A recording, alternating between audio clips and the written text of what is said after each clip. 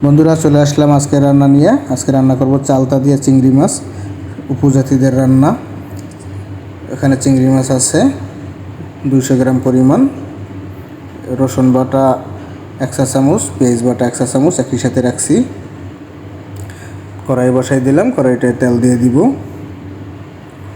তেলটা গরম হয়ে গেছে, এখন হালকা একটু হলুদ দিয়ে দিব, কারণ চিংড়ি মাছটা আগে একটু ভেজে নিব, তাই হালকা একটু হলুদ দিয়ে দিতেছি। এখন চিংড়ি মাছটা অ্যাড করে দিব। চিংড়ি মাছটা একটু ভেজে নিব হলুদের সাথে।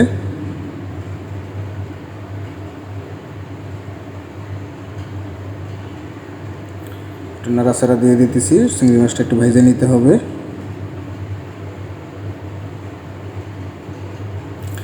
আপনারা যারা এখন আমার চ্যানেলটা সাবস্ক্রাইব করেন নাই, মর্দ কিচেনটা সাবস্ক্রাইব করে দিবেন। আর যদি ফেসবুক থেকে কেউ দেখেন, কায়ানি কিচেনটা ফলো, লাইক, শেয়ার করে দিবেন। আপনাদের কাছে কার কাছে কেমন লাগলো অবশ্যই কমেন্টে জানাবেন। পেঁয়াজ বাটা, রসুন বাটা 1 চা চামচ রাখছিলাম, ওটা দিয়ে দিলাম। সুন্দর মতো এখন একটু কষাই নিব।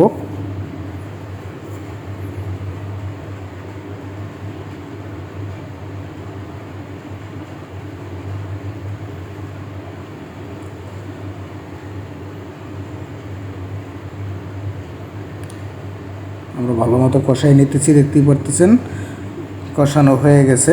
এখন একটু পানি অ্যাড করে দিব।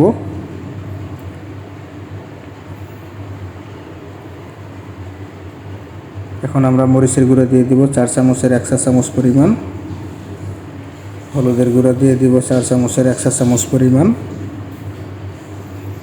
এখন এটা আবার সুন্দর মতো একটু মিশিয়ে দিব।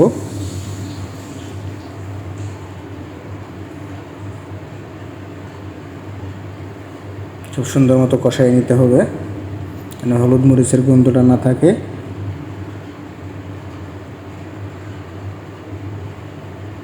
লবণ দিয়ে দিব স্বাদ মতো।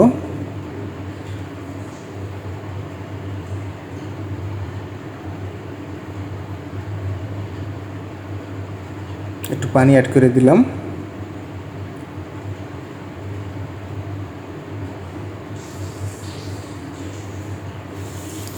আমরা কষাই নিতেছি আবার পানিটা দিয়ে। হাফ সিদ্ধ করে যে চালতাটা রাখছিলাম ওটা এখন দিয়ে দিলাম।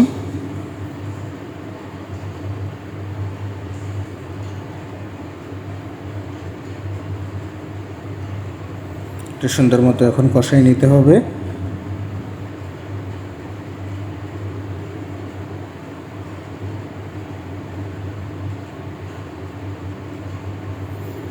ভালো মতো একটু নাড়াচাড়া দিয়ে নিলাম। এখন আমরা পানি অ্যাড করে দিব, যেন চালতাটা খুব সুন্দর মতো সিদ্ধ হয়ে যায়। এই পরিমাণ পানি এখন দিয়ে দিব।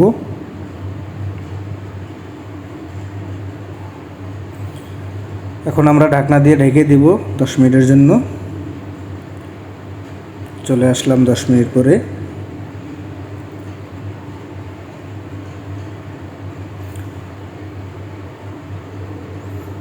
এখন আমাদের যে পানিটা আছে, চালতাটা সিদ্ধ হয়ে গেছে। এখন যে পানিটা আছে, পানিটা শুকাই নিব।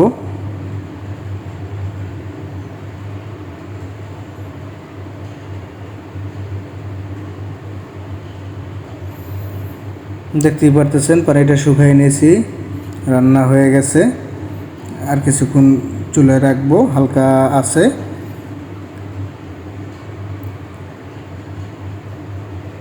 চুলাটা বন্ধ করে দিলাম। দেখতেই পারতেছেন রান্নাটা হয়ে গেছে, একটু ঝোল ঝোল আছে। আপনাদের কাছে কেমন লাগলো অবশ্যই জানাবেন, কমেন্ট করবেন। সবাই ভালো থাকেন, সুস্থ থাকেন। আল্লাহ হাফেজ।